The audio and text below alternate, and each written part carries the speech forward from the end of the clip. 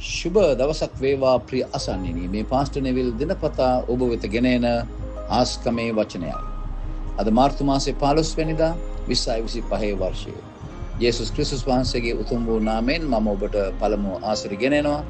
ප්‍රියාදර දරුවනි, අද ජීවනයේ කෑම ගීතාවලිය 119 11 වෙනි වගන්තියෙන් අපි මෙනෙහි කරන්නට යනවා. අපේ තේමාව තමයි මේ මාසයේ දේව වචන.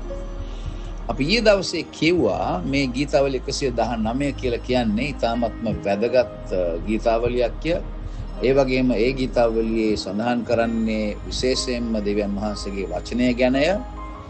ඒ වගේම වචනයට කියන තව නම් 5ක්ද අපි ඉගෙන ගත්තා. ඒ අනුව අද බයිබලයේ සඳහන් වෙනවා අපිට ඔබට විරුද්ධව පව් නොකරන පිණිස ඔබගේ වචන මාගේ සිතේ නිදාන කරගතිමි. එතකොට ගීතාවලිය ලියන කෙනා ලියනවා මේ වෙලාවේ දෙවියන් වහන්සේට කියනවා ඔබට විරුද්ධව පව් නොකරන පිණිස. ඉතින් අපිට එයාට අරමුණක් තියෙනවා. එයාට හේතුවක් තියෙනවා. ඒ අරමුණ තමයි එයාට ඕනේ පව් නොකර ඉන්න. එයාට ඕනේ දෙවියන් වහන්සේට කීකරු වෙන්න. එයාට ඕනේ දෙවියන් වහන්සේට ප්‍රසන්න ජීවිතයක් ගත කරන්න. එයාට ඕනේ උන්වහන්සේගේ අනපනත් හඩන්න නැතුව ඉන්න.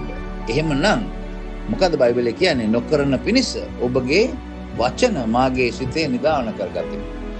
එතකොට අපි ඇදලිවන්තයන් හැටියට අපි දේව වචනේ කියවනවා ඇති. අපි දේව වචනේ මෙනෙහි කරනවා ඇති. අපි දේව වචනේ කටපාඩම් කරනවා ඇති. අපි දේව වචනේ පාවිච්චි කරනවා ඇති. නමුත් දෙවියන් වහන්සේ අද අපිට කියා දෙන්නේ එක පැත්තක්. මොකක්ද මේ පැත්ත? අපිට ඕන දෙවියන් වහන්සේගේ වචනය නිදාන කරගන්න.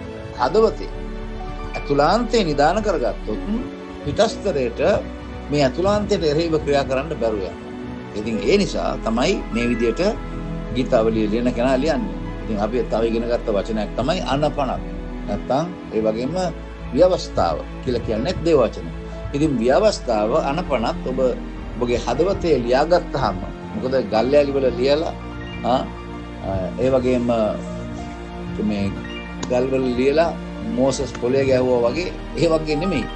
ඉතින් මේ පාර තැනක නිදාන කරනවා. ඒ තැන අල්ලන්න බැරි වෙන තැනක, කඩන්න බැරි තැනක නිදානය කරපුවාම එතකොට මොනවද වෙන්නේ? අපි වචනය අතුලාන්තේ අපි නිදාන කරනවා.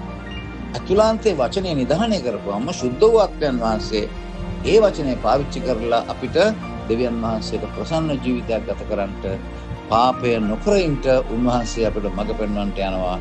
යේසුස් ක්‍රිස්තුස් වහන්සේගේ අති උතුම් වූ නාමයෙන් සුබ දවසක් වේවා.